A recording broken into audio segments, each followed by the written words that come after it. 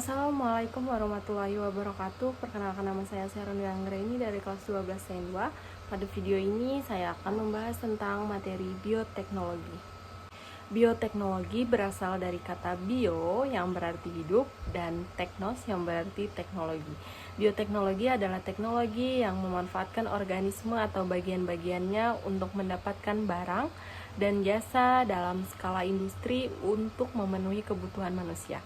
Jenis-jenis bioteknologi terbagi menjadi dua, yaitu bioteknologi konvensional atau sederhana dan bioteknologi modern. Kemudian kita akan membahas tentang bioteknologi konvensional. Bioteknologi konvensional adalah teknik dan peralatan yang digunakan masih sangat sederhana. Bioteknologi konvensional menggunakan mikroorganisme, proses biokimia, dan proses genetik alami. Kelebihan dan kekurangan bioteknologi konvensional yaitu pertama ada kelebihan bioteknologi konvensional terdiri dari pertama biaya produksi murah, kedua teknologi menggunakan peralatan sederhana, ketiga pengaruh jangka panjang sudah diketahui. Kemudian ada kelemahan dari bioteknologi konvensional yaitu yang pertama perbaikan genetik tidak terarah, memerlukan waktu relatif lama. Dan yang kedua, belum ada pengkajian prinsip-prinsip ilmiah. Kemudian ada contoh-contoh dari bioteknologi konvensional. Contoh yang pertama yaitu di bidang makanan. Dalam bidang makanan, proses yang dibantu mikroorganisme misalnya dengan fermentasi yaitu yogurt.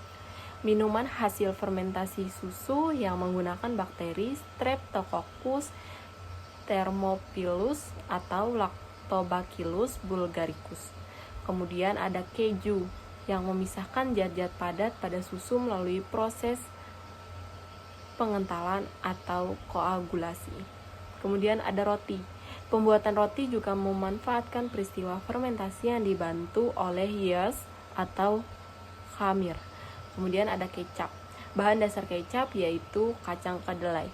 Kedelai akan difermentasi dengan menggunakan jamur Aspergillus wentil. Kemudian ada tempe, makanan tradisional berbahan kedelai. Fermentasi dilakukan dengan menumbuhkan jamur Rhizopus oryzae dan Rhizopus oligosporus pada biji kedelai. Kemudian ada cuka. Bahan dasar pada proses pembuatan cuka adalah etanol yang dihasilkan oleh fermentasi. Kemudian yang kedua di bidang pertanian yaitu ada kultur jaringan, pembastaran, hibridisasi, dan hidroponik. Yang ketiga yaitu ada bidang industri, itu ada teknik bioremediasi. Kemudian yang keempat ada bidang pengobatan yaitu tempat pembuatan antibiotik dan vaksin. Kemudian bidang peternakan yaitu untuk domba, ankon, dan sapi jersey. Selanjutnya kita akan membahas tentang bioteknologi modern.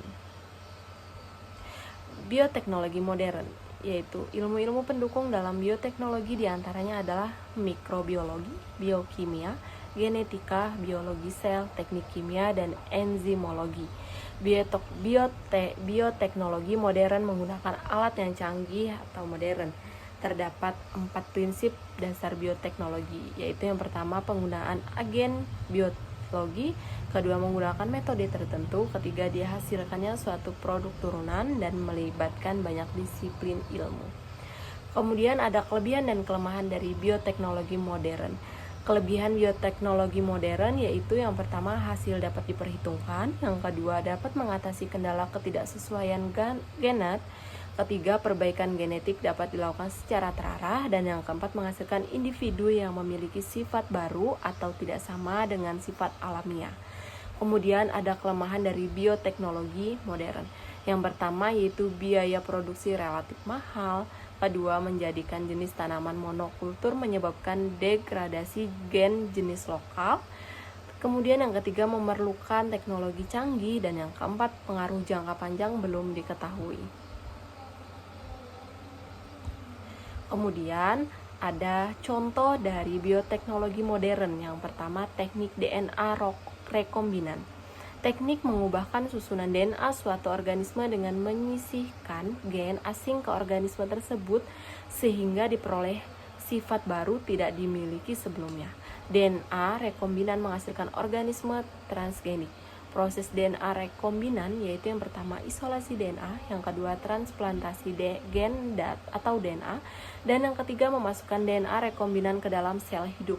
Langkah-langkah proses isolasi DNA yaitu yang pertama isolasi jaringan, yang kedua pelisisan dinding, pengikisan dinding sel dan membran sel, pengikisan dinding dan membran sel dengan penggerusan atau homogenasi.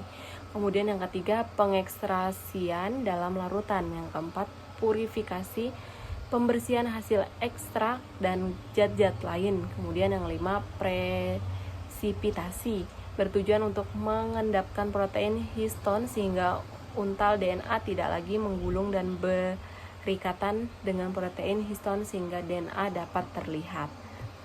Kemudian contoh yang kedua yaitu cloning atau transplantasi atau pencangkokan nukleus digunakan untuk menghasilkan individu yang secara genetik dengan induknya dengan cara memasukkan inti sel donor ke sel telur yang telah dihilangkan inti selnya. Sel telur tersebut diberi kejutan listrik atau zat kimia untuk memacu pembelahan sel. Ketika cloning embrio telah mencapai tahap yang sesuai, embrio dimasukkan ke rahim hewan betina lainnya yang sejenis. Hewan tersebut akan mengandung embrio yang ditanam dan melahirkan anak hasil cloning.